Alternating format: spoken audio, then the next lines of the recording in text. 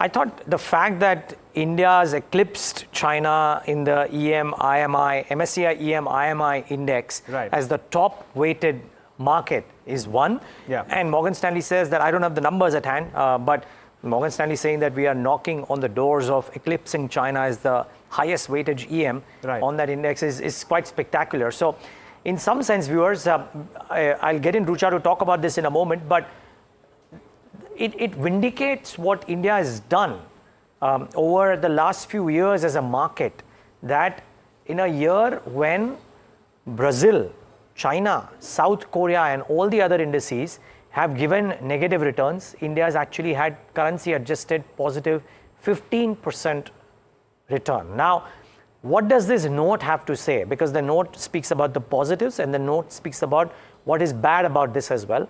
Rucha joins in to talk about that first. Rucha, good afternoon. Good afternoon, Neeraj. So as you rightly mentioned, India is set to become the largest emerging market in the world. Now talking about the weightage in the MSCI EM-IM, that is Emerging Market Investable Markets Index, India has the highest weightage in this kind of index, and it has overtaken China in respect to the weightage terms. Now in the August MSCI review, India was just about a few points below China, but I think India has done very well to overtake this position from China. Now let me talk to you about the MSCI EM-IM index in just a few seconds. Now this is the Emerging Market Investable Markets Index.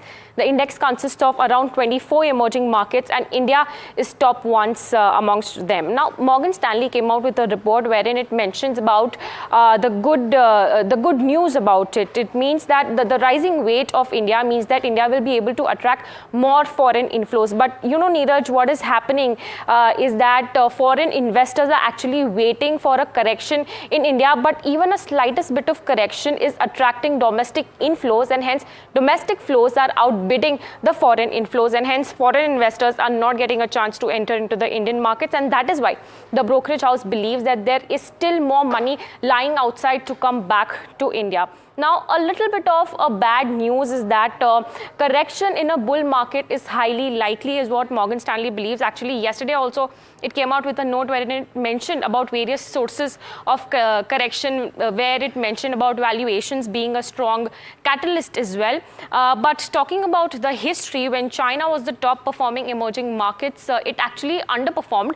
But the brokerage house believes that this would not likely be the case with India, because India's bull run is backed by strong fundamentals. Hence, the bad news is actually not that bad at all. Concluding all of this, India remains the top pick for Morgan Stanley. The brokerage house believes that there is more upside for the bull market to come in the future.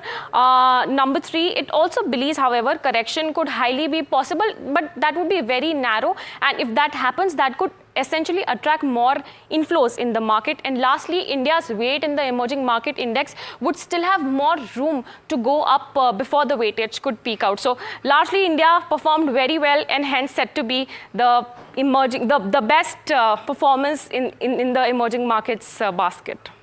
Thanks for that, Rucha. Yeah.